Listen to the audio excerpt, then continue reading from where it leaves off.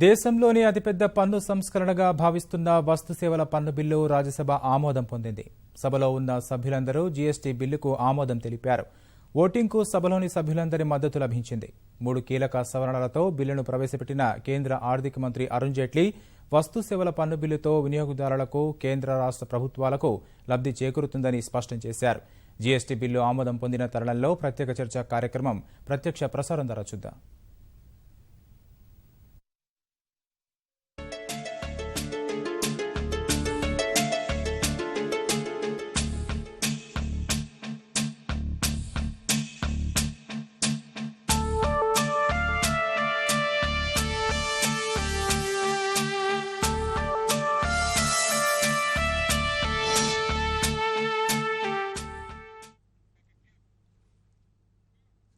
నమస్కారం. జీఎస్టీ బిల్లుకు సంబంధించి ప్రత్యేక చర్చ ప్రత్యక్ష ప్రసారానికి స్వాగతం. జీఎస్టీ బిల్లుని రాజ్యసభ ఆమోదించింది. మరి జీఎస్టీ వల్ల దేశ ఆర్థిక ప్రగతి ఏ విధంగా ప్రచోదనం అవుతుంది అనే అంశానికి సంబంధించి ఈరోజు ప్రత్యేక చర్చను చేపట్టింది. ఈ చర్చలో పలువురు ఆర్థిక రంగ విశ్లేషకులు పాల్గొంటున్నారు. ముందుగా రాకేష్ రెడ్డి గారు, జీఎస్టీ బిల్లుని రాజ్యసభ ఆమోదించింది. 2017 ఏప్రిల్ 1 నుంచి జీఎస్టీ అమల్లోకి వస్తుంది. మరి ప్రధానంగా దేశ ఆర్థిక ప్రగతికి ఈ జీఎస్టీ ఏ విధంగా దోహదపడుతుంది? ఇప్పుడు 1991లో ఆనాటి ప్రధానమంత్రి పివి నరసింహారావు గారు ఆర్థిక సంస్కరణలకు ఆజ్యం పోశారు. దాని తర్వాత అదే స్ఫూర్తిని అప్పటి ప్రధానమంత్రి వాజ్పేయి గారు కూడా కొనసాగించారు.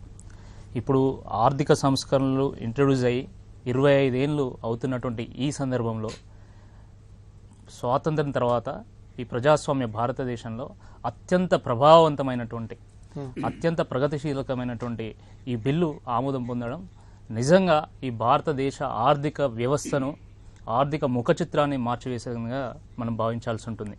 నిజంగా ఇది ఒక గేమ్ చేంజర్గా మనం భావించాలి. ఎందుకు గేమ్ చేంజర్ అంటున్నా అంటే, ఇది కేవలం ఒక వ్యాపార రంగంలో ఉన్నటువంటి వాళ్ళకో, లేకపోతే ఒక సెక్షన్ ఆఫ్ పీపుల్కో, లేకపోతే ఒక ప్రాంతానికో, ఒక రాష్ట్రానికో సంబంధించినటువంటిది కాదు. కేవలం వాళ్ళకే మేలు చూపించేది కాదు. ఇది వ్యాపార వర్గాలకు, ఇటు ట్రేడింగ్ సంబంధించినటువంటి వాళ్ళకి, అదేవిధంగా ఇటు వినియోగదారులకి, అన్ని రాష్ట్రాలకు, అన్ని ప్రాంతాలకు, అన్ని ప్రభుత్వాలకు మేలు చేకూర్చేటువంటి బిల్లు కాబట్టి నిజంగా దీన్ని గేమ్ చేంజర్గా మనం పరిగణించాలి. అందుకనే ఈరోజు ఇంత ప్రాధాన్యం ఉంది ఈ బిల్లుకి.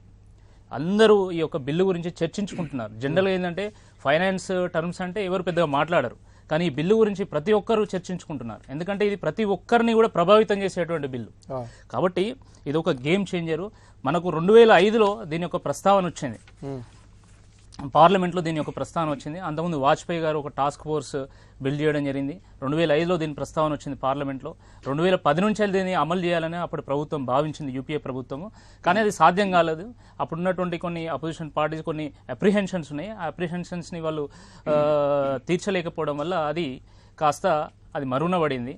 దాని తర్వాత మళ్ళీ మోడీ గారు అధికారంలోకి వచ్చిన తర్వాత ఎట్టి పరిస్థితుల్లో జీఎస్టీని తీసుకురావాలి, జీఎస్టీని తీసుకొచ్చి ఈ ఆర్థిక వ్యవస్థను బలోపేతం చేయాలని చెప్పేసి వారు భావించి ఈ యొక్క బిల్లు తీసుకురావడం జరిగింది. ఇది ఒక చారిత్రాత్మక బిల్లు. ఎందుకంటున్నామంటే, ఈ పరోక్ష పన్నులు మన దేశంలో ఆర్థిక వ్యవస్థలో చాలా క్లిష్టంగా ఉన్నాయి. అంటే దాదాపు ఒక 18 పైన, అంటే డజన్నర పైన రకరకాల పన్నులు ఉన్నాయి. సర్వీస్ ట్యాక్స్ అని, సేల్స్ ట్యాక్స్ అని, excise tax, custom duty, octroi, entry, entertainment, రకరకాల ట్యాక్సులు ఉన్నాయి. ఈ ట్యాక్సులు అర్థం కాక, ఈ ట్యాక్స్ యొక్క కంప్లైంట్స్ను ఫుల్ఫిల్ చేయలేక ఈరోజు వ్యాపార వర్గాలు చాలా క్లిష్టంగా అంటే భారంగా భావిస్తున్నటువంటి నేపథ్యం ఉంది. అంటే రకరకాల ట్యాక్సులు, పన్ను మీద పన్ను పడడం, దానివల్ల ధరలు పెరగడం, అల్టిమేట్గా కన్జ్యూమర్ మీద భారం పడుతూ ఉంది. ఇటు వ్యాపార వర్గాలు కూడా ఈరోజేంటి వాళ్ళకు ఒక సౌలభ్యం లేనటువంటి పరిస్థితి. కాబట్టి ఇది ఏంటంటే వ్యాపార వర్గాలకు సౌలభ్యాన్ని పెంచుతుంది, కన్జ్యూమర్కి ధరను తగ్గిస్తుంది, దేశానికి ఎక్కువ రెవెన్యూ వస్తుంది. ఎందుకు ఎక్కువ రెవెన్యూ వస్తుంది అంటే ట్యాక్స్ బేస్ వైడెన్ అవుతుంది కాబట్టి ఎక్కువ రెవెన్యూ వస్తుంది. దేశవ్యాప్తంగా కూడా ఒకే పన్ను ఒకే రేటు ఉంటుంది కాబట్టి ఇది దేశానికి ఒక మేలు చేకూర్చేటువంటి బిల్లుగా మేము భావిస్తా ఉన్నాం. ప్రసాద్ గారు, యావత్ రాజ్యసభ ముక్త కంఠంతో జీఎస్టీ బిల్లును ఆమోదించింది. ఇది ఒక రకంగా చారిత్రాత్మకమైన బిల్లు. మరి దేశంలో ఏకీకృత పన్నుల వ్యవస్థకు ఏ విధంగా ప్రాధాన్యతగా పేర్కొనాలి? ముఖ్యంగా పారిశ్రామిక రంగ ప్రగతికి, దేశ ఆర్థిక రంగ ప్రగతికి ఈ జీఎస్టీ ఏ విధంగా దోహదపడుతుంది? ప్రధానంగా ఇప్పుడు రాకేష్ చెప్పిన దాంట్లో కొన్ని పాయింట్స్ కరెక్ట్ ఉన్నాయండి. అంటే చారిత్రాత్మక బిల్లు అనేది కాకపోతే ముక్తకంఠంతో మొత్తం మెంబర్లందరూ కలిపి ఓటేరు. అంటే మన పొలిటీషియన్స్లో ఒకళ్ళ మధ్య అనైక్యత లేకపోయినప్పటికీ కూడా దేశం కోసం అప్పుడప్పుడన్నా కలుస్తారని నిరూపించినటువంటి దాఖలా ఇదిగా చెప్పుకోవచ్చు. అంటే పేరుకి చెప్పడానికి ఎన్ని రకాలుగా అపోజ్ చేసినట్టుగా కాంగ్రెస్ కనపడినా కానీ చివరికి దేశ ప్రగతికి ఉపయోగపడుతుందని నమ్మారు కాబట్టి వాళ్ళు కూడా ఓటేశారు. కాబట్టి నిస్సందేహంగా ఈ జిఎస్టీ బిల్ అనేది భారతదేశంలో ఇండిపెండెన్స్ తర్వాత వచ్చినటువంటి బిల్లుల్లో చారిత్రాత్మక బిల్లు. ఆ క్రెడిట్ బీజేపీకే చెందుతుందా అంటే కాదు, లేదా ఆ క్రెడిట్ కాంగ్రెస్కే వస్తుందా అంటే కాదు. సో ఇద్దరు కలిపి చేసింది కాబట్టి పొలిటికల్ సిస్టమ్ని ఇంకా కొన్ని రోజులు మనం నమ్మచ్చు, మనం పొలిటీషియన్స్ని ఇంకా రెస్పెక్ట్ చేయొచ్చు అని మనకు నమ్మకం కలిగించినటువంటి అంశంగా చెప్పుకోవాలి. ఇకపోతే దీని మూలంగా మనకు ఆర్థిక రంగంలో ఉత్తేజం వస్తుందా, ఆర్థిక రంగంలో ప్రగతి ఇతోధికంగా సహాయపడుతుందని కనుక ఆలోచించినట్లయితే అది డిబేటబుల్ ఇష్యూస్ అండి. ఇప్పుడు ఎలా ఉంటాయంటే ఇందులో కొన్ని కంటెన్షియస్ ఇష్యూస్ ఉన్నాయి. ఈ రోజున మొత్తం స్టేట్ గవర్నమెంట్స్కి వచ్చేటువంటి రెవెన్యూలో సింహభాగం అంటే 65 నుంచి 70% వరకు వచ్చేటువంటి ప్రధాన పన్నుల్ని ఈ పరిధిలోంచి తప్పించడం జరిగింది.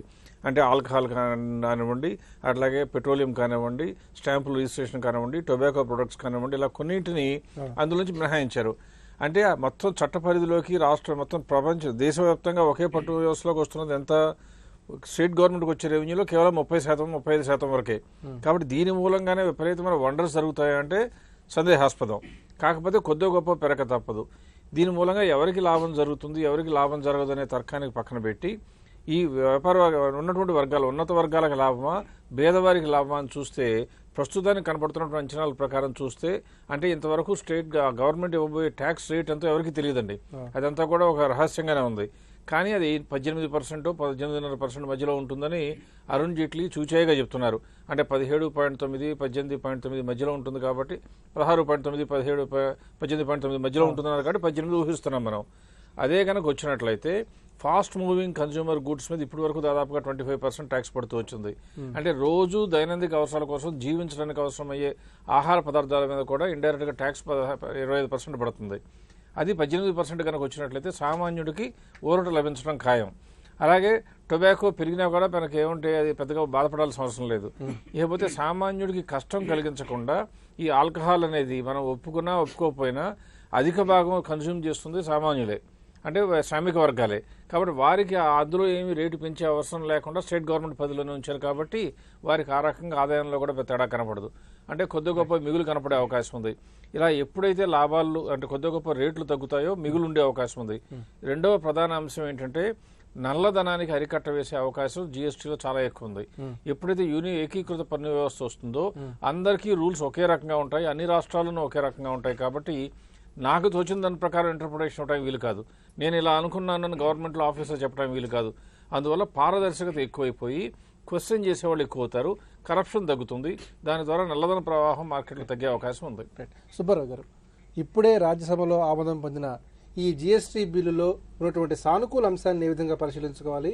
ముఖ్యంగా జీఎస్టీ వల్ల కొన్ని ధరలు భారం అవుతాయి అంటున్నారు, కొన్ని వస్తువుల ధరలు తగ్గుతాయి అంటున్నారు.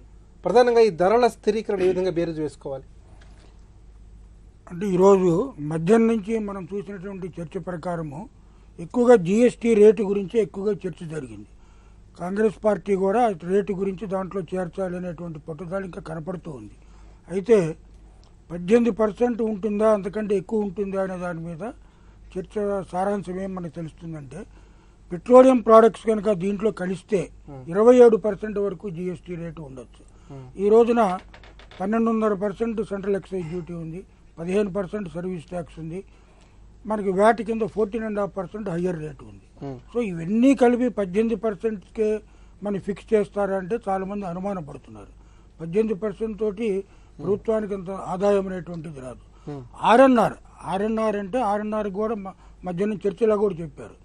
ఆర్ఎన్ఆర్ అంటే ప్రభుత్వానికి 18% ఉంటే నష్టం రాదు, దానికంటే తక్కువ ఉన్నది ఏమన్నా ఎసెన్షియల్ కమోడిటీస్ 4%, 5% ఉంటాయి. డీమెరిట్ గూడ్స్కి వాళ్ళు 25-30% కూడా పెట్టుకోవచ్చు. సో 18% ఉంటే ప్రభుత్వానికి నష్టం రాదు అని అనుకుంటే ఆ 18% కాకుండా స్టాండర్డ్ రేట్ 20 పెట్టుకోవచ్చు, 22 పెట్టుకోవచ్చు, ఎంతైనా పెట్టుకోవచ్చు.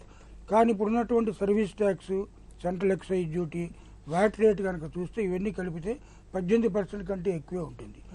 అయితే ఈ రోజున స్పెసిఫిక్గా ఇంత రేటు పెడతారు అనేటువంటిది ఎక్కడ ఎలాంటి హామీ కానీ ఎలాంటి ఇండికేషన్ కానీ ఈరోజు చర్చల్లో మనకు కనపడలేదు. కనుక తప్పనిసరిగా 18% కంటే ఎక్కువ రేటు పెరిగే అవకాశం ఉంది. అయితే సామాన్య మానవుడికి సంబంధించినటువంటి ఎసెన్షియల్ కమోడిటీస్ ఏవైతే ఉన్నాయో ప్రస్తుతానికి మన రాష్ట్రంలో 5% మాత్రమే ఉంది. అరౌండ్ 5% లేకపోతే ఇంకా తగ్గించవచ్చు. కానీ ముఖ్యంగా మన ఉభయ తెలుగు రాష్ట్రాల్లో అనేక మంది చెబుతున్నది ఏమంటే ఈ వెజిటబుల్ ఆయిల్స్, బియ్యము, గోధుమలు ఇవి చుట్టుపక్కల రాష్ట్రాల్లో ఎక్కడా ట్యాక్స్ లేదు. తమిళనాడులో లేదు, మహారాష్ట్ర లేదు, ఇంకో చుట్టుపక్కల రాష్ట్రాలు ఎక్కడా లేదు. కానీ మన 2 రాష్ట్రాల్లోనే బియ్యము, గోధుమలు, వెజిటబుల్ ఆయిల్స్ మీద ట్యాక్స్ ఉంది.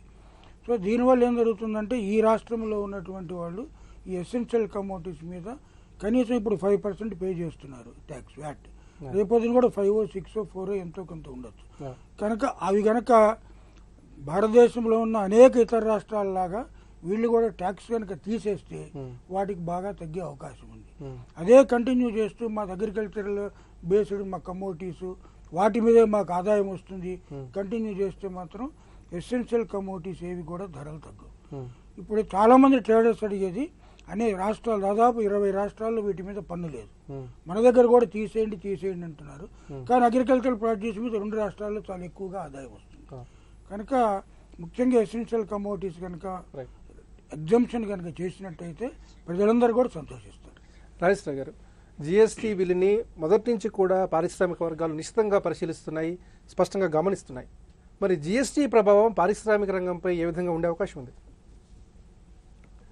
జిఎస్టీ ప్రభావం పారిశ్రామిక రంగమే కాకుండా సర్వీస్ సెక్టార్లో, అన్ని సెక్టార్లో, ఆల్ ఎకనామిక్ సెక్టార్లో చాలా మార్పు వస్తుందండి. కారణం అంటే చెప్దాం వినండి. ఇప్పుడు మనం ఎప్పటికీ చైనాతో కంపేర్ చేస్తాం. చైనా 1978లో ఎప్పుడైతే ప్రారంభం చేసిందో అప్పటి పరిస్థితులు వేరండి.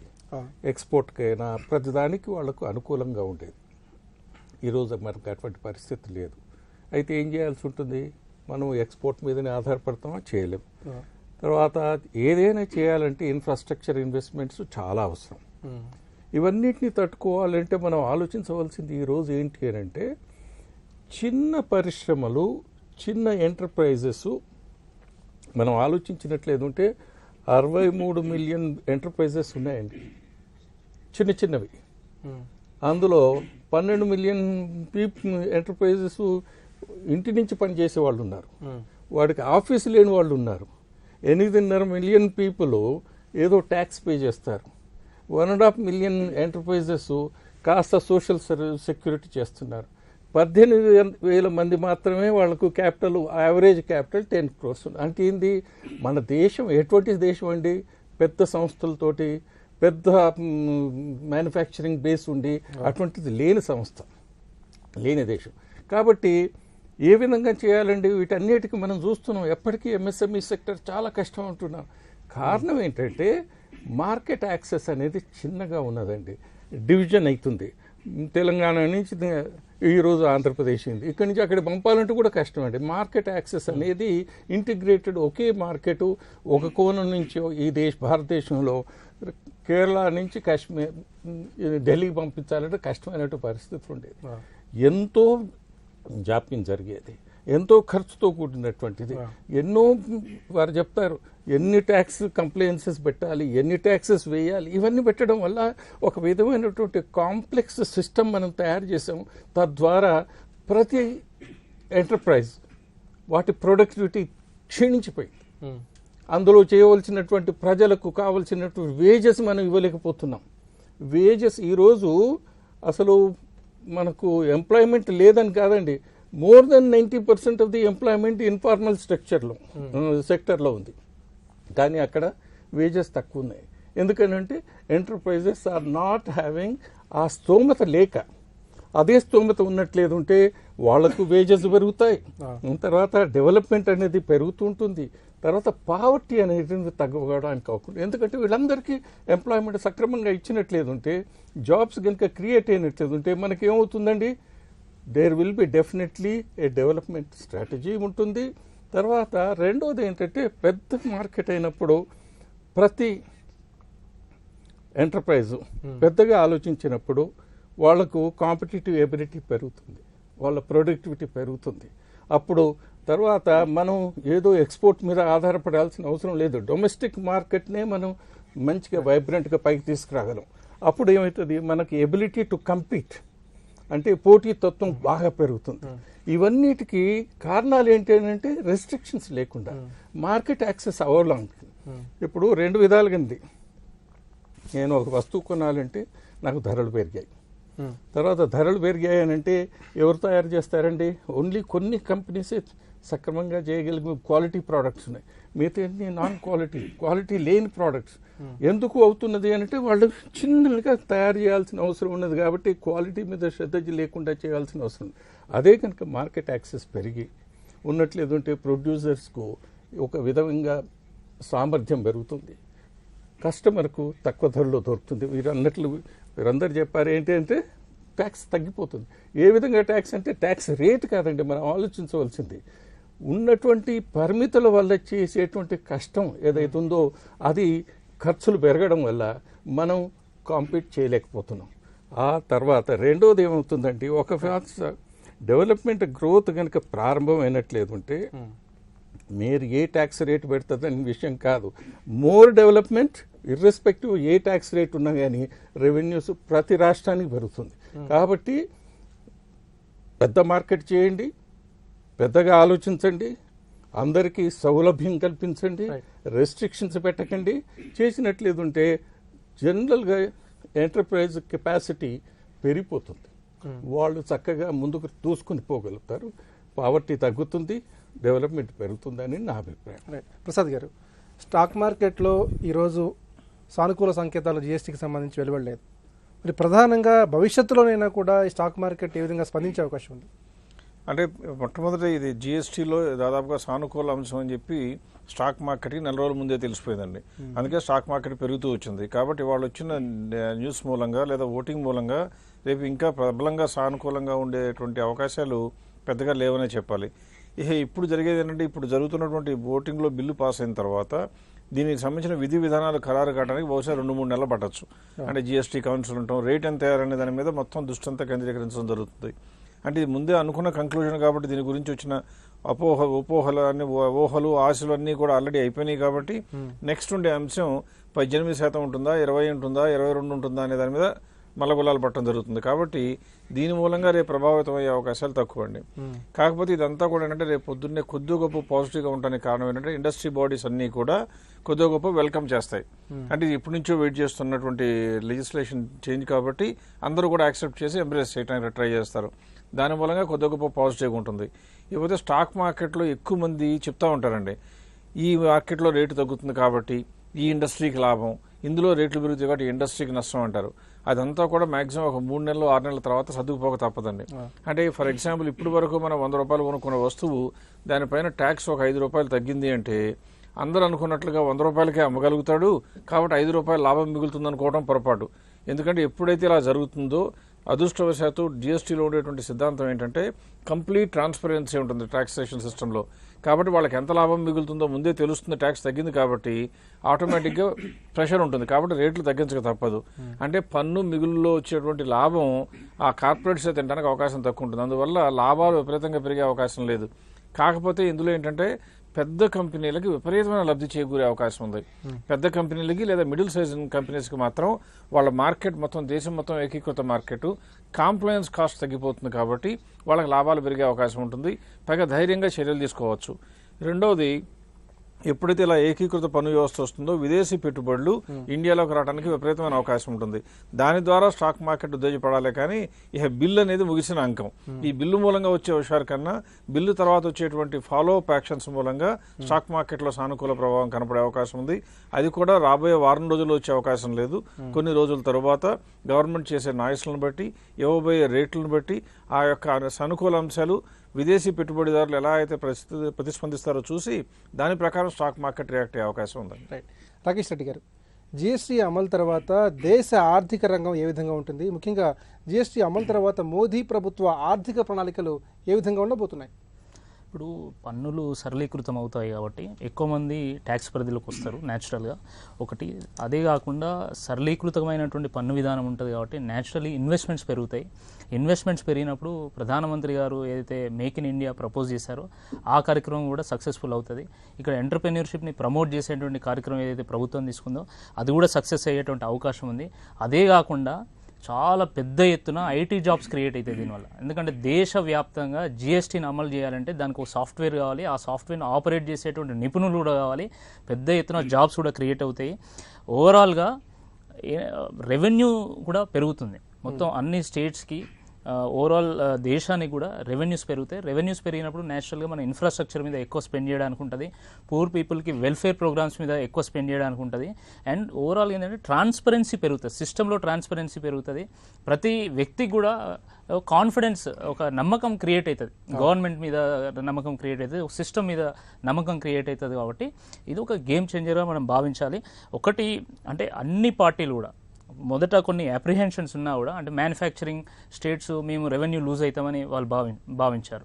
కానీ వాటిని కూడా అడ్రస్ చేస్తూ ఈరోజు గవర్నమెంట్ నిర్ణయం తీసుకోవడం, ఆ నిర్ణయానికి మిగతా వాళ్ళందరూ కూడా సపోర్ట్ చేయడం, అన్ని రాజకీయ పక్షాలు కూడా ఏకమై ఈరోజు జిఎస్టీని పాస్ చేయాలని అనుకోవడం నిజంగా ఇది ఒక హిస్టారిక్ అకేషన్ అని చెప్పక తప్పదు. అన్ని పార్టీలకు కూడా మా యొక్క పార్టీ నుంచి అందరూ కూడా కృతజ్ఞత. అయితే ప్రస్తుతం ఉన్నటువంటి పారిశ్రామిక రంగ వాతావరణంలో జిఎస్టీ ప్రభావం ఏ మేరకు ఉండొచ్చు, అలాగే విదేశీ ప్రత్యక్ష పెట్టుబడుల ప్రభావం జిఎస్టీపై ఏ విధంగా ఉంటుంది? డెఫినెట్గా గణనీయంగా ఉంటుంది కాబట్టి పారిశ్రామిక వర్గాలు ఈ యొక్క జిఎస్టీ బిల్లు కోసం అనేక సంవత్సరాలు వేచి చూస్తూ ఉన్నాయి. ఈరోజు కాంగ్రెస్ పార్టీ మద్దతు తెలపడానికి అది కూడా ఒక కారణమే. ఈరోజు పారిశ్రామిక వర్గాల నుంచి తీవ్రమైనటువంటి ఒక ప్రెషర్ క్రియేట్ అయింది కాంగ్రెస్ పార్టీకి. కాబట్టి వాళ్ళు కూడా అందుకనే మద్దతు తెలిపారని మేము భావిస్తా ఉన్నాము. అది కూడా ఒక కారణం అని మేము భావిస్తా ఉన్నాము. డెఫినెట్గా ఏంటంటే ఒకటి అడ్మినిస్ట్రేటివ్ కాస్ట్ తగ్గుతాయి, ఎందుకంటే రకరకాల ట్యాక్స్ సిస్టమ్స్తో డీల్ చేయాల్సినటువంటి అవసరం ఉండదు ఇంకా కంపెనీస్కి. ఒకటి. రెండోది వాళ్ళ యొక్క లిటిగేషన్ కాస్ట్ కూడా తగ్గుతాయి. ఇప్పుడు ఏంటి, చాలా ట్యాక్స్ సిస్టమ్స్ ఉండడం వల్ల వాటిని ఇంటర్ప్రిట్ చేయడం చాలా కష్టం, చాలా లీగల్ ఇష్యూస్ రేజ్ అవుతాయి. ఆ లీగల్ ఇష్యూస్ సాల్వ్ కావడానికి లాయర్ని పట్టుకోవాలి, లేదా ట్యాక్స్ కన్సల్టెంట్ని పట్టుకోవాలి, అక్కడ విపరీతమైనటువంటి ఛార్జెస్ పే చేయడము, తర్వాత కంప్లైంట్స్ ఎవ్రీ ఇయర్ ఫైలింగ్ చేయడము, ఆ కంప్లైంట్స్ కూడా తగ్గుతుంది. కాబట్టి వాళ్ళకి లాభాలు పెరుగుతాయి, సౌలభ్యం పెరుగుతుంది. లాభాల కంటే ఎక్కువగా సౌలభ్యం పెరుగుతుంది, అంటే ఒక ఈజీగా బిజినెస్ చేసుకోవడానికి అవకాశం ఉంటుంది. కాబట్టి అయితే జిఎస్టీ వల్ల ఎఫ్డీఐలు ఎంతవరకు పెరిగే అవకాశం ఉంది? జిఎస్టీ వల్ల ఎఫ్డీఐలు కూడా పెరుగుతాయి. ఇప్పుడు ఎందుకంటే ఇప్పుడు చాలామంది చెప్తున్నారు ఏంటి, ఎంఎన్సీస్కి ఎక్కువగా ఇది ఫెసిలిటేటింగ్గా ఉంటుందని చెప్తున్నారు. ఎంఎన్సీస్కి ఎక్కువగా ఫెసిలిటేటింగ్ ఉన్నదంటేనే ఇన్వెస్ట్మెంట్స్ పెరుగుతాయని అర్థం. సో డెఫినెట్గా ఎఫ్డీఐస్ పెరుగుతాయి. అంటే గవర్నమెంట్ ఆల్రెడీ అనేకమైనటువంటి చర్యలు తీసుకుంటుంది ఎఫ్డీఐస్ పెరగడానికి. ఇక్కడ వ్యాపార సౌలభ్యం పెరగడానికి ఇక్కడ ఉన్నటువంటి చట్టాల్లో మార్పులు తీసుకొచ్చడం ప్రక్రియ కూడా స్టార్ట్ చేసింది. దాంట్లో కొనసాగింపుగా ఇది ఉంటుంది. కాబట్టి ఇది డెఫినెట్గా యాడ్ అవుతుంది. ఏదైతే గవర్నమెంట్ చర్యలు తీసుకుంటుందో దానికి ఇది ఒక మేజర్ స్టెప్గా మనం భావించాల్సి ఉంటుంది. రైట్. సుబ్బారావు గారు, ఇప్పుడు దేశంలో ఉన్నటువంటి పన్నుల వ్యవస్థను జిఎస్టీ ఏ విధంగా బలోపేతం చేస్తుంది? ముఖ్యంగా పన్నుల వ్యవస్థలో పారదర్శకతను, జవాబుదారీతనాన్ని ఈ జిఎస్టీ ఏ మేరకు పెంచుతుంది? అంటే ఇప్పటివరకు మనకి ఈ ఇండైరెక్ట్ ట్యాక్సెస్లో central excise duty, service tax, VAT అనేటువంటి ప్రధానంగా 3 ఉన్నాయి. చిన్న చిన్న యాక్ట్లు వేరే ఉన్నాయి. సో పారదర్శకత గురించి మాట్లాడాలంటే ఇంతకుముందు కూడా చర్చలో ఒకసారి చెప్పడం జరిగింది. మనము ఒక దుకాణానికి వెళ్ళి ఏదైనా వస్తువు కొంటే దాంట్లో ఎంత ట్యాక్స్ ఉన్నది అనేటువంటిది మనం తెలుసుకోవడం చాలా కష్టమైంది. కానీ మోడల్ జిఎస్టీలా మనం కనుక చూసినట్లయితే దాంట్లో ప్రతి ఇన్వాయిస్లో కూడా తప్పనిసరిగా ఇంత ట్యాక్స్ అనేటువంటిది రాసేటువంటి కంపల్సరిగా కంపల్షన్ పెట్టారు అక్కడ. సో ప్రతి డీలర్ అంటే ప్రతి ట్యాక్సిబుల్ పర్సన్ కూడా ఇన్వాయిస్లో ఎంత ట్యాక్స్ ఛార్జ్ చేస్తున్నాడు, సిజిఎస్టీ ఎంత, ఎస్జిఎస్టీ ఎంత, లేక ఐజిఎస్టీ ఎంత అనేటువంటిది. దానివల్ల ఏమంటే పారదర్శకత, ట్రాన్స్పరెంట్గా మనకి ట్యాక్స్ అడ్మినిస్ట్రేషన్ అనేది కనపడుతుంది. ఎంత వసూలు చేశారు, ఎంత ప్రభుత్వానికి పే చేశారు అనేటువంటి మనకి ఈజీగా తెలుసుకునే అవకాశం వస్తుంది. అలాగే ఇంతకుముందు ఒక ప్రొవిజన్ ఉండేది అన్ని చట్టాల్లో కూడా. సో డీలర్ అనేటువంటి వ్యక్తి ట్యాక్స్ అనేటువంటి సపరేట్గా ఛార్జ్ చేయక్కర్లేదు, ఇంక్లూజివ్ ఆఫ్ ట్యాక్స్. అంటే ఎంత వసూలు చేస్తున్నారు, ఎంత కట్టున్నారు అనేటువంటిది తెలియదు అది. సో అది ఎంతైనా ఉండొచ్చు, 5 ఉండొచ్చు, 14 ఉండొచ్చు, 20 ఉండొచ్చు. ఇప్పుడు కంపల్సరీగా దాంట్లో ఇంత ఛార్జ్ చేస్తున్నాడు అనేటువంటి ఒక ప్రొవిజన్ మోడల్ జిఎస్టీ లెవెల్లో ఉండటం వల్ల మనకి వినియోగదారులకు కానీ, డీలర్లకు కానీ, ప్రభుత్వానికి కానీ ఎంత ట్యాక్స్ వసూలు చేశారు అనేటువంటి తెలుసుకునే అవకాశం ఉంటుంది. అట్ ది సేమ్ టైం ఒకవేళ అంతకంటే ఎక్కువ వసూలు చేసినట్టుగా కనుక కనపడితే, ఎవిడెన్స్ కనుక ఉంటే, ఆ ఎక్కువ వసూలు చేసినటువంటి పన్నుని ప్రభుత్వం ఇప్పుడు ఫోర్ఫిట్, ప్రభుత్వం ఆ ఎక్కువ వసూలు చేసిన పన్నును స్వాధీనం చేసుకునే అవకాశం చట్టంలో ఎట్లాగో కల్పించారు, అది కూడా ఉంది. సో ఎక్కడన్నా ఒక వ్యాపారం పెట్టాలి అంటే ఎంత మేరకు నేను పన్ను చెల్లించాలి, దాంట్లో మనకి ఒక ఏమంటామంటే ఎంత పన్ను నేను తెలుసుకుంటే ఇంత పన్ను నేను కట్టగలను అనేటువంటి తెలుసుకున్నప్పుడు, so this will be my tax burden అనేటువంటి వాడు వ్యాపారం చేయడానికి అవకాశం ఉంటుంది. అది లేకుండా మనం ఏదో 5% అజ్యూమ్ చేసి వ్యాపారం మొదలు పెడితే కొంతకాలం అయిన తర్వాత 14.5% అన్నారు అనుకోండి, సొంత జేబులో 9.5% కట్టవలసి వస్తారు. అయితే జీఎస్టీకి సంబంధించి కొన్ని రాష్ట్రాలు అభ్యంతరాలు వ్యక్తం చేశాయి. మరి ఆ అభ్యంతరాలన్నీ బిల్లు ఆమోదంతో తొలగినట్టుగా భావించవచ్చా? ముఖ్యంగా రాష్ట్రాలకు జీఎస్టీ వల్ల ఎలాంటి ప్రయోజనం చేకూరుతుంది? అంటే ప్రధానమైనటువంటి అబ్జెక్షన్ 4 రాష్ట్రాల నుంచి ఈరోజు పార్లమెంట్ చర్చలో కూడా చూసాము. ప్రధానంగా 4 రాష్ట్రాలు ఈ 1% అడిషనల్ ట్యాక్స్ మాకు కావాలి ఇంటర్ స్టేట్ సేల్స్ మీద, అది వ్యాటబుల్ కాదు, అంటే దానివల్ల క్రెడిట్ రాదు, సో అదనపు బర్డెన్ అవుతుంది. సరే, అది వీళ్ళు చర్చలు జరిగిన తర్వాత అది 1% రద్దు చేయడం జరిగింది. ఆ 4 రాష్ట్రాలు కూడా సాటిస్ఫై చేయడం జరిగింది. అయితే ఇందాక లేటెస్ట్గా 9ంటికి మనం చర్చలో చూస్తున్నప్పుడు రాష్ట్రాలకి కొంత భయం ఒకటి ఉంది. 2008 నుంచి 2011 వరకు సిఎస్టీ ఏదైతే మీకు నష్టం వస్తుందో ఆ సిఎస్టీని పూర్తిగా మేము పే చేస్తామని కేంద్ర ప్రభుత్వం ఒక హామీ ఇచ్చింది. కానీ 2008 నుంచి 2011 వరకు ఆ నష్టాన్ని వీళ్ళు పే చేయకపోవటం వలన రాష్ట్రాలు కేంద్రం మీద అపనమ్మకమైనటువంటిది కలిగింది. ఇప్పుడు వాళ్ళు ఇందాక ఫైనాన్స్ మినిస్టర్ గారు చెప్తూ 2014 నుంచి 3 ఇన్స్టాల్మెంట్స్లో అవన్నీ కూడా మేము రాష్ట్రాలన్నిటి కూడా పే చేస్తున్నాము, పూర్తిగా హామీని నిలబెడతామని చెప్పారు. కనుక సిఎస్టీ బాకీలు పే చేయటం మొదలైంది కనుక రాష్ట్రాలకు కేంద్రం మీద ఒక నమ్మకం జరిగింది. ఇంకొక ముఖ్యమైనటువంటి విషయం మనం ఏం చెప్పాలంటే, జిఎస్టీ కౌన్సిల్ అనేటువంటిది రాజ్యాంగబద్ధమైన సంస్థగా ఒకటి పెడుతూ ఉన్నారు. సో దాంట్లో వీళ్ళకి రాష్ట్రాలకు ఉన్న ప్రాబ్లమ్స్ అన్నీ కూడా అక్కడ ఆ జిఎస్టీ కౌన్సిల్లో చెప్పుకునేటువంటి అవకాశం ఉంది. ఇందాక ఆర్థిక మంత్రి గారు జవాబిస్తూ దాంట్లో ఒక 2/3 మెజారిటీ స్టేట్స్కి ఉంటుంది, 1/3 మాత్రమే కేంద్రానికి ఉంటుంది. రాష్ట్రాలు మా మీద వీటో చేయొచ్చు, మేము రాష్ట్రాలకు వీటో చేయొచ్చు అని చెప్పటం వలన, స్పష్టమైనటువంటి హామీ రాజ్యాంగబద్ధ సంస్థ ద్వారా కలగజేయటం వలన రాష్ట్రాలకు ఏమైనా అపోహలు ఉన్నా కూడా తెలిగే అవకాశం ఉంది. అయితే ప్రధానంగా జిఎస్టీ అమలు వల్ల వినియోగదారులకు ప్రధానంగా చేకూరే ప్రయోజనాలు ఏంటి? అంటే దురదృష్టవశాత్తు మన దేశంలో ఈ కన్జ్యూమర్ మూవ్మెంట్ అనేది చాలా తక్కువ లెవెల్లో ఉంది. నాకు తెలిసి ఈరోజు వరకు ఈ నేషనల్ లెవెల్లో కానీ రాష్ట్ర స్థాయిలో కానీ ఏ రాష్ట్రంలో కానీ వినియోగదారులతోటి ఇదిగో జిఎస్టీ వస్తుంది, మీకు ఈ లాభం వస్తుంది అని ఎక్కడ జాతీయ స్థాయిలో కానీ రాష్ట్ర స్థాయిలో కానీ ఎలాంటి చర్చ జరగలేదు. మామూలుగా జనరల్ స్టేట్మెంట్ ఇచ్చేస్తున్నారు, ధరలు తగ్గిపోతాయి, మీకు అందరికీ తక్కువ ధరలు దొరుకుతాయి. వ్యాట్ వచ్చినప్పుడు కూడా ఇదే చెప్పారు, కానీ ధరలు తగ్గినాయా? తరగలేదు, ఏం తగ్గలేదు. సో వినియోగదారులకి ప్రత్యేకంగా ఇదిగో మేము వ్యాట్ వచ్చినప్పుడు ఇంత ప్రామిస్ చేశాము, దీనివల్ల ఇంత తగ్గింది అనేటువంటిది ప్రూఫ్ అనేటువంటిది వాళ్ళు ఈరోజు కూడా ఎవిడెన్స్ సాక్ష్యం ఇవ్వలేకపోయారు. అలాంటప్పుడు రేపు జిఎస్టీ వచ్చినప్పుడు కూడా అంటే కేవలం ట్యాక్స్ వల్లే ధరలు పెరగడం తరగటం ఉండదండి, అనేక రకాల ఇతర కారణాలు ఉంటాయి. ఫర్ ఎగ్జాంపుల్ ఇందాక మన ప్రసాద్ గారు చెప్పినట్టు పెట్రోలియం ప్రోడక్ట్స్ జిఎస్టీ పరిధిలోకి ప్రస్తుతం తీసుకొని రాలేదు. అంటే జిఎస్టీ పెట్రోలియం ప్రోడక్ట్స్ మీద మామూలుగా ప్రజెంట్ వ్యాటో సెంట్రల్ ఎక్సైజ్ డ్యూటీయో కంటిన్యూ అవుతుంటాయి. రేపు సడన్గా లీటర్కి 5 రూపాయలు 6 రూపాయలు వేశారంటారు, దాని ప్రభావం ట్రాన్స్పోర్ట్ మీద పడుతుంది, అన్ని ధరలు పెరుగుతుంటాయి. అంటే కేవలము జిఎస్టీ వల్ల పెరగడం అనేటువంటి కాకుండా అనేక రకాల factors the influence the prices. కేవలం జిఎస్టీ వల్ల తగ్గుతుందని ఈరోజు మనం చెప్పలేం.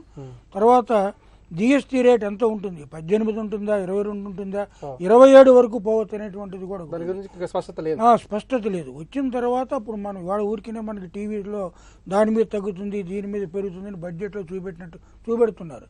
దానికి ఎలాంటి కూడా శాస్త్రీయమైన దృక్పథం లేదు. ఎంత వేస్తారో మనకు జరిగినప్పుడు ఏది పెరుగుతుంది ఏది తరుగుతుంది అనేది మనం చెప్పలేం. రాజేశ్వరి గారు, భవిష్యత్తులో జిఎస్టీ అమలు విషయంలో కేంద్ర రాష్ట్ర ప్రభుత్వాల మధ్య ఎలాంటి స్పష్టమైన సమయం ఉండాలి? ముఖ్యంగా ఈ సమస్యల పరిష్కారం విషయంలో ఎలాంటి సాధికార సంస్థను ఏర్పాటు చేసుకోవాలి? గత 10-15 సంవత్సరాల నుంచి మనం ఆలోచిస్తున్నాం, చర్చలు జరిగాయి. చివరికి ఈరోజు అందరు చెప్పారు, వారు చెప్పారు ఏంటంటే పాచి రైట్. అంటే బేజారైపోయాం. ఒకవైపు నుంచి మనకు ప్రగతి కావాలి, మళ్ళీ నెక్స్ట్ టైం ఎలక్షన్స్లో కూడా మనం ప్రగతి చూపెట్టాలి అంటే ప్రెషర్స్ చాలా ఉన్నాయండి. మొదట్లాగా ఏదో ఓట్లు వేయమంటే వేసేటువంటి పరిస్థితి లేదు. అటు యూకేలో చూసాం, యూరోప్లో చూసాం, అమెరికాలో చూడబోతున్నాం, ఇక్కడనైతే ఎప్పటి నుంచో జరుగుతున్నది. కాబట్టి ఏ విధమైన ఈ రోజు నుంచి చేయవలసిందన్నా కట్టుదిట్టంగా, సమర్థవంతంగా, సక్రమంగా చేయాల్సిన అవసరం ఒకటి ఉన్నది. అంతకుముందు మనం చేయాలంటే కొన్ని కష్టాలు ఉండేదండి. ఈరోజు దేవుడి పుణ్యం అంటూ ఈ ఐటీ ఏదైతే వచ్చిందో, తర్వాత మన రాష్ట్రం, మన దేశంలో ఐటీ ప్రగతి ఇంత సాధించాం కదా అంటే దీంతో ఎన్నో విషయాలను మనం సక్రపరచడానికి అవకాశం ఉన్నది. వారు చెప్పారు ప్రతిదీ తెలిసిపోతుంది కాబట్టి ఎగవేత జరగదు, కలెక్షన్స్ బాగుంటాయి. ఇవెందుకు జరగడానికి అవకాశం అండి? వెనకటి పద్ధతిలో పెద్ద పెద్ద ఫైల్స్ పెట్టినట్టే జరగకపోయేది. ఈరోజు ఆ ఫైల్స్ అన్నీ సంక్షిప్తంగా చిన్నగా కంప్యూటర్స్లో ఉంటాయి. కాబట్టి జిఎస్టిఎన్ నెట్వర్క్ అని, కౌన్సిల్ అని వారు చెప్పారు. ఇవన్నీ తప్పనిసరిగా ఆలోచించి చేస్తారు. తర్వాత ప్రతి అంశం మీద చర్చ జరుగుతుంది. ఎక్కువగా జిఎస్టీ అమలు వల్ల ఉత్పన్నమైనటువంటి సమస్యల పరిష్కారం ఏర్పాటు చేస్తారు. తర్వాత ఇంకొకటండి, ఈ రాబోయే కాలంలో వచ్చేటువంటి ఇబ్బందులు చాలా ఉంటాయి. ప్రత్యేకంగా చార్టర్డ్ అకౌంటెంట్ నుంచి ఇండస్ట్రీ వాళ్ళకి అందరికీ కూడా ఒక ట్రైనింగ్ చేయాల్సిందేనండి. ప్రభుత్వ ఉద్యోగులకే కాదండి, మా అందరికి కూడా ట్రైనింగ్ చేయాలి. వేరేటువంటి వారు రావాలి, వారు అటువంటి రావాలి, వారు కూడా ట్రైనింగ్ పొంది మాకు ట్రైన్ చేయాల్సిన అవసరం ఉండదు. అంటే నేను చెప్పేది ఏంటి అని అంటే ఇది జటిలమైనటువంటి సమస్య. సరళీకృతం చేస్తున్నామన్న దాన్ని ఏ విధంగా సరళీకృతం చేస్తాం, ఈ జటిలం నుంచి సరళీకరణకి ఎలా చేస్తాం అనే దానికి కూడా వట్టి రాజ్యాంగ మార్పులే కాదండి, ప్రజల్లో ప్రతి సెక్షన్లో ఒక మార్పు రావాలి. ట్రైనింగ్ అనేటువంటిది కావాలండి. లేని పక్షంలో వారు అన్నారు లీగల్ ఇష్యూస్ ఉండవు అని. లీగల్ ఇష్యూస్ ఉండకపోవచ్చు, కానీ ఇంకే ప్రమాదాలు వస్తాయో మనకు తెలియదు. కాబట్టి తప్పనిసరిగా ఇవన్నీ ముందు జాగ్రత్తగా చూస్తారనేటువంటి అభిప్రాయం కలుగుతున్నది. ఎందుకంటే మంచి డిస్కషన్స్ జరిగాయి. ఒకవైపు చిదంబరం గారు, ఒకవైపు జైట్లీ గారు ఇన్ని విషయాలు ఆలోచిస్తున్నారంటే ఆ ఆలోచనను మనకు తెలిసేది ఏంటంటే వీళ్ళు నిపుణులు అయ్యారు, రాబోయే కాలంలో ఉన్నటువంటి విషయాలను అర్థం చేసుకుంటున్నారు. తర్వాత సరైనటువంటి క్రమబద్ధంగా చేసేటువంటి సంస్కరణలు ఏ విధంగా ముందుకు తీసుకుపోవాలని ఒక పెద్ద మనిషి ఉన్నాడు అక్కడ. ఎవరు 2014లో పెద్ద మెజారిటీని తీసుకొచ్చిండ్రు. ఆయన ప్రూవ్ చేసుకోవాల్సిన అవసరం ఉన్నది. ఈరోజు మోదీ గారు ప్రూవ్ చేసుకోవాలి, అయ్యా మేము అన్ని తీసుకొచ్చినాం, అపోజిషన్ పార్టీ చెప్తా మేము ఇచ్చాం కదా, మరి ఏం చేశారు మీరు అని రేపు అడగడానికి అవకాశం ఉంది. కాబట్టి ఎన్నో ఒత్తిళ్లు ఉన్నాయండి. తప్పనిసరిగా నా అభిప్రాయంలో 1 year అయినాక 1 year లోపల చాలా వరకు మెలకువలన్నీ సక్రమంగా వస్తాయి. ప్రజలు ముందుకు పోతారు. ఏ విధంగా లాభపడుతుంది అనేటువంటిది రెండో విషయం అండి. ఈజ్ ఆఫ్ డూయింగ్ బిజినెస్ అండి, is of purchasing, is of buying, is of selling, everything is going to be much better. మీరు ఎంత తగ్గింది అని అంటే అది మన ఎబిలిటీని బట్టి ఉన్నది. It just not GST alone gives అంతా తగ్గిపోతుందని ఏదో మనం ప్రజల చేతిలో బెల్లం పెట్టడం కాదండి. మనం ఏ విధంగా సవరించుకుంటాం, మనం ఏ విధంగా చేస్తాం అంటే ప్రతి సంస్కరణ చేసేవాడితోటి చేయించుకునేవాడు ఈ రెండింటి మధ్య ఉంటుంది. ప్రజలు లబ్ధి పొందడానికి వీళ్ళిద్దరు ఏ విధంగా చేస్తారో దాన్ని బట్టి ప్రజలు లబ్ధి ఉంటుంది. ప్రసాద్ గారు, జిఎస్టీ అమలుకు సంబంధించి అరవింద్ సుబ్రహ్మణ్యన్ కమిటీ చేసిన సిఫార్సుల్ని కేంద్ర ప్రభుత్వం ఏ మేరకు పరిగణలోకి తీసుకుంటుంది? అది అందరికైనా ఎవరికైనా సరే ఊహాజనితమేనండి. అందులో మనం ప్రధానంగా spirit of the committee recommendations కనుక మనం చూసినట్లయితే అందులో ఈ జిఎస్టీ అనేది తీసుకురావడానికి వచ్చినటువంటి ప్రధాన ఉద్దేశం పన్నుని పెంచుకుందామని కాకుండా పన్నుని సరళీకృతం చేసి కొద్ది గొప్ప దేశవ్యాప్తంగా ఒకే రకమైన రేటు తీసుకొద్దామనే ఎఫర్ట్ కనపడుతుంది. అందుకే వాళ్ళు ఏం చెప్పారంటే ఏ రేటు కనుక ఉన్నట్లయితే ప్రజలపై భారం పడదు, అలాగే ప్రభుత్వ ఖజానాకి లోటు ఉండదు అనే వీలుగా రెవెన్యూ న్యూట్రల్ రేట్ ఎంతవరకు ఉంటుందో సజెస్ట్ చేయమని చెప్పారు. అది కొంత రేటు చెప్పడం జరిగింది. అది ఎంతనే పక్కన పెడదాం, 17 నుంచి 19 మధ్యలో ఎంత అని చెప్పారు. కాబట్టి అందరం కూడా యావరేజ్గా 18% వస్తుంది, వచ్చేసింది అనుకున్నట్టుగా అన్ని టీవీ ఛానల్స్ కూడా అనౌన్స్ చేయడం మొదలుపెట్టినాయి. ఇకపోతే మనకు అందులో మనం ప్రధానంగా కావాల్సింది ఏంటంటే ఈ రోజున అంతకు ముందు ఉన్నటువంటి ప్రపోజ్ చేసిన యాక్ట్లో 1% ఏమో మ్యానుఫ్యాక్చరింగ్ సెక్షన్ స్టేట్స్ కోసం వేస్తామని చెప్పారు. అది ఇప్పుడు కన్సెన్సస్ మూలంగా తీసివేయడం జరిగింది. అదొకటి. రెండవది, ప్రతి స్టేట్కి ఉండేటువంటి లాస్ ఇవ్వాలి అంటే అరుణ్ జైట్లీ గారు చక్కగా చెప్పారు.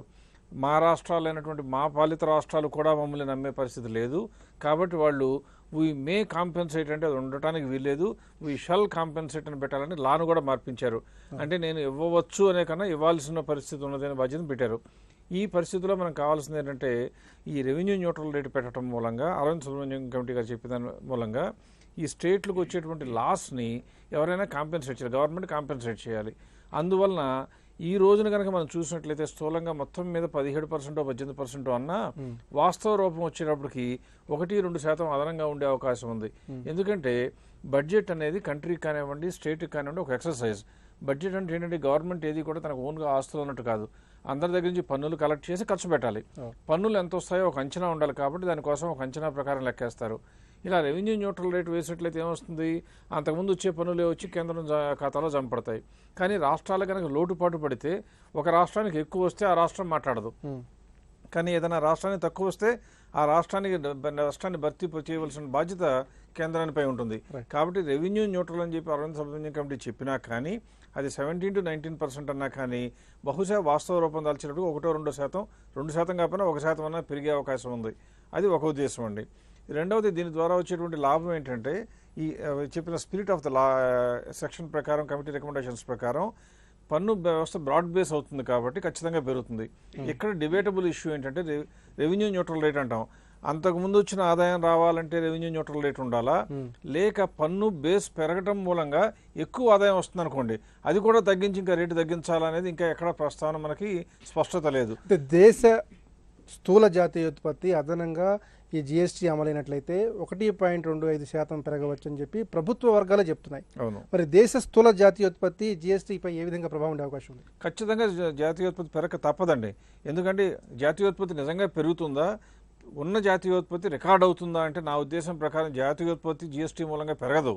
అది ఉన్నది రికార్డ్ అవుతుంది. ఇంతవరకు నల్లధన రూపంలోనూ బ్లాక్ మార్కెట్ రూపంలోనూ ఉన్నది పన్ను పరిధిలోకి వస్తుంది కాబట్టి జీడిపి పెరుగుతుంది. అంతేగాని ఉత్పాదకత పెరిగిపోతుందా అంటే కొంత సందేహాస్పదం. పైగా అది జరగాలి అన్నా కానీ కనీసం ఇంకా 1 year టైం పడుతుంది. ఎందుకంటే మనకు దీని తాలూకు జీఎస్టీ కౌన్సిల్ రావాలి, రేట్లు డిసైడ్ చేయాలి, ఇంప్లిమెంట్ చేయాలి, దాని తాలూకు ప్రతిఫలాలు అందరికీ అందాలి, దాని ప్రకారం వ్యాపార సామ్రాజ్యం పెంచుకోవాలి, విదేశీ పెట్టుబడులు రావాలి. ఇవన్నీ జరిగిన తర్వాత కానీ జాతీయోత్పత్తి పెరగదు. పైగా మనం ఇంకోటి ఎప్పుడు కూడా చూసినట్లయితేనండి, జాతీయ ఉత్పత్తి పెరగాలి అంటే ఒక రకంగా అది కన్ఫ్యూజింగ్ టర్మ్. ప్రభుత్వం కనుక కోట్లు వేల కోట్లు కనుక అప్పులు తీసుకొచ్చేసి ఖర్చు పెడితే కూడా జీడిపి పెరుగుతుందండి. కానీ అది అభిలషించదగినటువంటి పరిణామం అంటే కాదు. అంటే అప్పు చేసి తీసుకొచ్చినా కూడా జీడిపి పెరిగినంత మాత్రాన జీడిపి పెంచడమే గవర్నమెంట్ ఉద్దేశం కాకూడదు. స్వావలంబన అంటే మన ద్వారా మనకు వచ్చే శక్తి చేత మనం ప్రొడ్యూస్ చేసుకున్న వెల్త్ పెరిగితే జీడిపి పెరిగినట్టు చెప్పాలి. అందువల్ల ప్రస్తుతం జీఎస్టీ రావడం మూలంగా ఇమీడియట్గా వచ్చే బెనిఫిట్ ఏమిటి అంటే 1 year లోపల మాత్రం బ్లాక్ మార్కెట్లో నల్లధనంగా ఉన్నటువంటి ఆ విదేశీ వ్యాపార వర్గాల్లో ఉన్నటువంటి ఆ నల్ల వ్యాపారం మొత్తం కూడా చట్టం పరిధిలో కొద్ది గొప్ప రావడం మొదలవుతుంది. కాబట్టి దాని ద్వారా జీడిపి పెరుగుతుంది. అది కూడా అభిలషణీయమే. కాబట్టి 1.25 1.9 0.9 అని చెప్పలేం, కానీ ఖచ్చితంగా పెరగడం మాత్రం సాధ్యమే. రాకేష్ రెడ్డి గారు, భారత ఆర్థిక వ్యవస్థకు జీఎస్టీ నవశకానికి నాంది పలుకుతుందని చెప్తున్నారు. మరి భారత ఆర్థిక వ్యవస్థకు జీఎస్టీ ఏ విధంగా ప్రచోదక శక్తి అవుతుంది? ఒకటి ఇదే వ్యాపార సౌలభ్యాన్ని పెంచుతుంది. అయితే ఇప్పుడు ఏంటంటే కొంతమందికి అనుమానాలు ఉన్నాయి, దీని రేట్ ఎంత ఉంటుంది, నిజంగా ఇంప్లిమెంట్ అవుతుందా, కొన్ని స్టేట్స్కి తక్కువ రెవెన్యూ రావచ్చు, ఎట్లా కంపెన్సేట్ చేస్తారు, వాటన్నిటికి కూడా ఈరోజు అరుణ్ జైట్లీ గారు అత్యద్భుతంగా వారు సమాధానం చెప్పారు. అన్ని అనుమానాలను నివృత్తం చేశారు. వారు పొలిటికల్ ఆర్గ్యుమెంట్స్ని కూడా పట్టాపంచలు చేశారు. నిజంగా వాస్తవాన్ని చెప్పాలంటే చాలా అద్భుతంగా వారు చెప్పారు. అంటే ఇప్పుడు రెవెన్యూ లాస్ ఏవైతే ఉంటుందో వాటిని 5 years కంపెన్సేట్ చేస్తామని చెప్పేసి వాళ్ళని ఒప్పించగలిగారు. నెంబర్ 1. నెంబర్ 2 ఏంటంటే అందరి యొక్క డెసిషన్ ఆధారంగానే రేట్ను డిసైడ్ చేస్తామని చెప్పేసి మిగతా స్టేట్స్ ఏవైతే కొంత వాళ్ళకి అనుమానాలు ఉండేనో వాటిని కూడా అడ్రస్ చేసే విధంగా ఈరోజు ఒక జిఎస్టీ కౌన్సిల్ని ప్రపోజ్ చేసి ఆ కౌన్సిల్ నిర్ణయం తీసుకుంటుంది. ఆ కౌన్సిల్ ఏంది, 2/3 స్టేట్స్ ఉంటే సెంటర్ 1/3 ఉంటుంది. బట్ ఏ నిర్ణయం అయినా 3/4 మెజారిటీతో పాస్ అవుతుంది. So the centre will have a veto power on states and states will also have a veto power on centre అని చెప్పేసి వారు చెప్పడం జరిగింది. అయితే మరి నిజంగా ఇంక కొంతమంది ఏంటంటే కొంతమంది పార్లమెంట్ సభ్యులు ఇది ఇంప్లిమెంట్ అవుతుందా, మీరు అంత ప్రిపేర్డ్ ఉన్నారా, అవన్నీ అనుమానాలు ఉన్నాయి వాస్తవమే, ఎందుకంటే ఇట్స్ న్యూ సిస్టమ్ కాబట్టి ఒక 1 year పాటు కొంత గ్యాప్స్ ఉంటాయి, కొంత టైం పడుతుంది ప్రిపేర్ అవ్వడానికి. But at the same time this government is good at execution. మీరు ఆధార్ చూడండి, ఆధార్ యూపీఏ ప్రభుత్వం తీసుకొచ్చింది, కానీ కామన్ పీపుల్లో ఉండేటువంటి అనుమానాలు ఏవైతున్నాయో వాటిని నివృత్తి చేయలేకపోయింది, వాటిని ఫాస్ట్ రేట్లో ఇంప్లిమెంట్ చేయలేకపోయింది. అదే ఈ ప్రభుత్వం అదే ఆధార్ని తీసుకొచ్చి ఈరోజు ఆల్మోస్ట్ ఒక 100% ఆధార్ రిజిస్ట్రేషన్స్ చేయగలిగింది అడల్ట్స్కి. అండ్ దాన్ని డీబీటీకి ఉపయోగించి ఈరోజు వేల కోట్ల రూపాయలను ఆదా చేయగలుగుతుంది ప్రభుత్వం. ఫైనాన్షియల్ ఇంక్లూజన్ స్కీమ్స్ తీసుకోండి, మీరు జన్ధన్ తీసుకోండి. వాస్తవానికి అంటే in some other form Congress కూడా ఇది ఆలోచన చేసింది, కానీ దాన్ని సక్సెస్ఫుల్గా రికార్డు టైంలో ఇంప్లిమెంట్ చేసి కోట్ల మందికి ఈరోజు ఫ్రీ అకౌంట్స్ ఇవ్వడం జరిగింది. కాబట్టి it all depends on the will power and also the rate at which you can implement. ఈ ప్రభుత్వం ఇంప్లిమెంట్ చేయగలిగేటువంటి సత్తా ఉంది కాబట్టి డెఫినెట్గా జిఎస్టీలో ఉన్నటువంటి అప్రిహెన్షన్స్ అన్నిటి కూడా కన్సిడరేషన్లో తీసుకుంది. అయితే ఇంకోటి, జిఎస్టీ అనేది ఒక ఛాలెంజ్ గవర్నమెంట్కి. అంటే ఇప్పుడు చాలామంది ఏమన్నా జిఎస్టీకి మీరు క్రెడిట్ తీసుకుంటున్నారు, అన్ని పార్టీలు మద్దతు ఇచ్చే మీరు క్రెడిట్ తీసుకుంటున్నారు అంటారు, కానీ వాస్తవానికి it is going to be a big challenge. ఇప్పుడు ఆ రెవెన్యూ తగ్గితే ఎట్లా కంపెన్సేట్ చేస్తాము? నిజంగా ఇంతమంది ఇప్పుడు పెద్దలు అన్నట్టు ఇప్పుడు అందరినీ ట్రైన్ చేయాలి, అందరినీ ట్యాక్స్ సిస్టంలో ఉన్న ప్రతి ఒక్కరిని జిఎస్టీకి ట్రైన్ చేయాలి. ఆ ట్రైనింగ్ ఎంత టైం పడుతుంది, ఆ సిస్టమ్స్ని తయారు చేయడం, ఇవన్నీ ఎక్విప్ చేయడం, this is going to be a big challenge. But for the benefit of the people, అంటే ప్రజల యొక్క ఫెసిలిటీస్ కోసము ఖచ్చితంగా దీన్ని బేర్ చేయడానికి ప్రభుత్వం సిద్ధంగా ఉంది. అందుకనే 2 సంవత్సరాల పాటు వివిధ రాజకీయ పక్షాలతోనే చర్చలు జరిపిన తదుపరి ఈ రోజు ఈ ఆమోదం జరిగింది. సుబ్బారావు గారు, మెట్రో నగరాలకు జీఎస్టీ మంచి ఆర్థిక వనరుగా ఉపయోగపడుతుందని చెప్తున్నారు. మరి రాష్ట్రాలు ఈ అవకాశాన్ని ఏ విధంగా అందిపుచ్చుకోవాలి? మెట్రో నగరాల్లో జనరల్గా పన్ను ఎందుకు ఎక్కువ వస్తుందని చెప్తున్నారంటే అక్కడ అన్ని వ్యాపారాలు కూడా అక్కడే కాన్సన్ట్రేట్ ఉంటాయి, కేంద్రీకరించి ఉంటాయి. ఉదాహరణకి మనకి తెలంగాణ రాష్ట్రం తీసుకుంటే మిగతా 9 జిల్లాలకి వచ్చే రెవెన్యూ కంటే హైదరాబాద్లో ఎక్కువగా ఉంటుంది. ముఖ్యమైన కారణం ఏమంటే వాటి హెడ్ ఆఫీసులన్నీ ఇక్కడ ఉంటాయి. సో ఈ పరోక్ష పన్నుల పద్ధతుల్లో మెట్రో నగరంలో వచ్చిందా ఇంకో చోట వచ్చిందా అనేటువంటిది ఇష్యూ ఎప్పుడు కాదండి. ఒక రాష్ట్రానికి సంబంధించినందుకు హైదరాబాద్లో కట్టినా, వరంగల్లో కట్టినా, ఆదిలాబాద్లో కట్టినా ఆ రెవెన్యూ ఈ రాష్ట్రానికి సంబంధించింది. సో ఎక్కడైతే హెడ్ ఆఫీసులు ఉంటాయో అక్కడే వాళ్ళు జనరల్గా ట్యాక్స్. ఇప్పుడు మన మోడల్ జిఎస్టీ లాగా కూడా చూసినట్టయితే ఒక రాష్ట్రానికి సంబంధించిన వరకు దానికి ఏమంటే అదొక టెరిటరీ కింద వాళ్ళు చెప్పారు. మోడల్ జిఎస్టీలో ఓ ప్రాదేశికం టెరిటరీ అనే వర్డ్ వాడారు. అది ఆ టెరిటరీ లోపల ఏది కట్టినా కూడా ఎస్జిఎస్టీ యాక్ట్ కింద, సిజిఎస్టీ యాక్ట్ కింద ఆ రాష్ట్రానికే చెందుతుంది. సో మీరు అడిగిన ప్రశ్న, మెట్రో నగరాల్లో బాగా అభివృద్ధి చెందుతుందా, ఆదాయం ఎక్కువ వస్తుందా అంటే ప్రత్యేక కారణం ఏమీ లేదు. ఉదాహరణకి మీకు వృత్తి పన్ను ఎగ్జాంపుల్ చెప్తాను. వృత్తి పన్ను కింద ఆ చట్టం కింద ఏ గ్రామంలో ఆ ఇండస్ట్రీ కానీ ఫ్యాక్టరీ కానీ ఉంటే ఆ మొత్తము వృత్తి పన్ను ఆదాయం ఆ గ్రామ పంచాయతీకి పోతుంది. హైదరాబాద్ దగ్గర ఒక 50 కిలోమీటర్స్ ఒక గ్రామంలో ఫ్యాక్టరీ ఉంటుంది, 3000 మంది వర్కర్స్ ఉంటారు, వాళ్ళు కట్టే వృత్తి పన్ను అంతా ఆ పంచాయతీకి పోతుంది. సో ఇక్కడ ఎక్కడైతే లొకేషన్ ఎక్కడుందో ఆ నగరానికి కానీ సిటీకి కానీ వస్తుంది. ప్రత్యేకంగా మెట్రోలకి ఎలాంటి దీంట్లో ఉపయోగం అనేది ఏమీ ఉండదు. రాజేశ్వర గారు, సస్టైనబుల్ గ్రోత్, సుస్థిర ఆర్థిక అభివృద్ధికి ఈ జిఎస్టీ ఏ విధంగా దోహదపడుతుంది? సుస్థిర ఆర్థిక అభివృద్ధి కావాలంటే ఇంతకుముందు మనం అనుకున్నట్లు ఈజ్ ఆఫ్ డూయింగ్. ఆర్థికం అంటే బిజినెస్ చేయాలండి. అది ఏదైనా ఏ సెక్టర్లో అయినా కావచ్చు, అగ్రికల్చర్లో కావచ్చు, మ్యానుఫ్యాక్చరింగ్లో కావచ్చు, సర్వీసెస్ కావచ్చు. అంటే ఒక మనిషి చేసేదాన్ని సులువుగా చేయడం ఒకటి, ఇబ్బందులు లేకుండా అన్ని తీసివేయడం ఒకటి. ఇది కనుక చేయనప్పుడు ఏమవుతుంది, మనిషిలో చైతన్యం వస్తుంది. అంటే మనిషిలో మన చైతన్యం అంటే ఏంటి, రాష్ట్రాల్లో దేశంలో అన్నిట్లో మార్పు అనేది వస్తుంది. మనం కాంప్లెక్స్ సిస్టమ్కి అలవాటు పడ్డాం. వారు ఇంతకుముందు చెప్పారు ఈ సిస్టంలో దొంగతనాలు ఎలా చేయొచ్చు అనేటువంటిది మనం నేర్చుకున్నాం. ఇప్పుడు అవి దొంగతనాలు చేయడానికి అవకాశం లేకుండా చేయగలము అనేటువంటిది అభిప్రాయం వచ్చేసింది.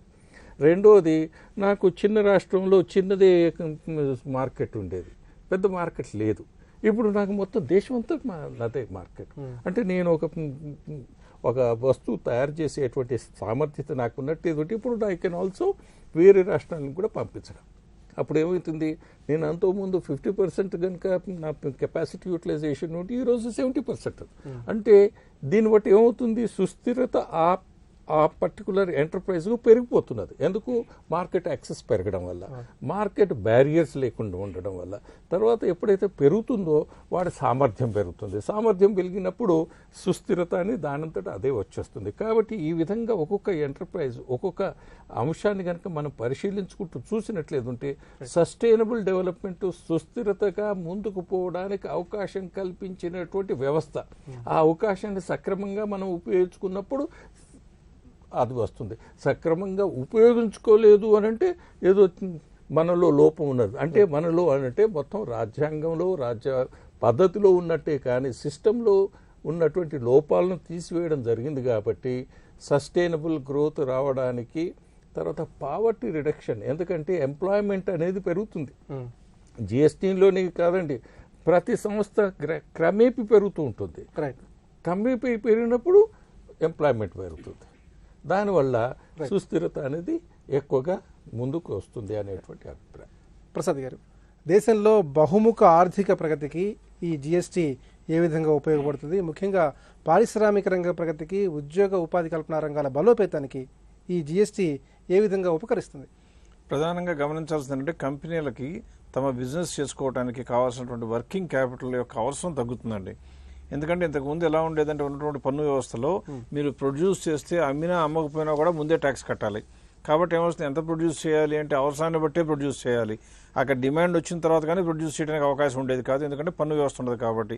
ఉదాహరణకి 15% కనుక సెంట్రల్ ఎక్సైజో స్టేట్ ఎక్సైజో కనుక ఉన్నట్లయితే 100 కోట్ల రూపాయల వస్తువులు తయారు చేయాలి. మార్కెట్లో రేపు అవసరం అవుతుంది కాబట్టి, రెయినీ సీజన్ వస్తుంది కాబట్టి ఏదైనా వస్తువులు తయారు చేయాలి అంటే అది అమ్మినా అమ్మకపోయినా ముందు 15 కోట్ల రూపాయలు ట్యాక్స్ కట్టాలి.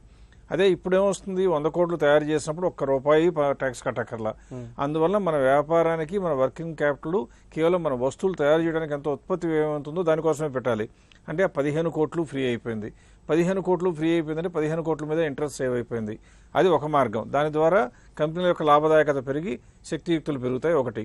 రెండవది, దీని మార్కెట్ ఇప్పుడు రాజేశ్వరరావు గారు చెప్పినట్లుగా అందరూ అనుకుంటున్నట్లుగా ఏకీకృత పన్ను వ్యవస్థ మూలంగా మార్కెట్ మొత్తం కూడా వస్తుంది. కాబట్టి అంతకుముందు చిన్నప్పుడు అనుకునేవాళ్ళం అండి, కాశీలో కొబ్బరికాయ కానీ అనంట ఎక్కడెక్కడ కొంటామరా కొనలేమని చెప్పేవాళ్ళు. అంటే అక్కడి నుంచి ఇక్కడ తీసుకోవడానికి వీలు కాదు కదా అంటారు. ఎందువలన అప్పుడున్న సరళి సంక్లిష్టమైన పన్ను వ్యవస్థ మూలంగా. ఎప్పుడైతే మొత్తం భారతదేశం మొత్తం ఒకే మార్కెట్ అయిపోయిందో, ఎక్కడైతే మనం ప్రొడ్యూస్ చేసే వస్తువు మనం అమ్మగలిగిన రేటు కన్నా ఎక్కువ రేటు కనుక అమ్ముడుపోతున్నట్లయితే మనం వస్తువుని అక్కడ తీసుకెళ్తాం. అందువల్ల మూవ్మెంట్ పెరుగుతుంది, దాంతో దాని ఎంప్లాయ్మెంట్ కూడా పెరుగుతుంది. అన్నింటినీ మించి కాంప్లయన్స్ కాస్ట్ తగ్గుతుంది. కాబట్టి కన్సల్టెంట్ల యొక్క అవసరం, పన్నుల వ్యవస్థలకి, పన్నులు చెల్లించేటువంటి అధికారులకు చెల్లించవలసిన లంచాలు కానీ కష్టాలు కానీ తగ్గుతాయి. కాబట్టి ఈజ్ ఆఫ్ డూయింగ్ బిజినెస్ పెరిగి ఖచ్చితంగా ఆర్థిక ప్రగతి వచ్చే అవకాశం ఉంది.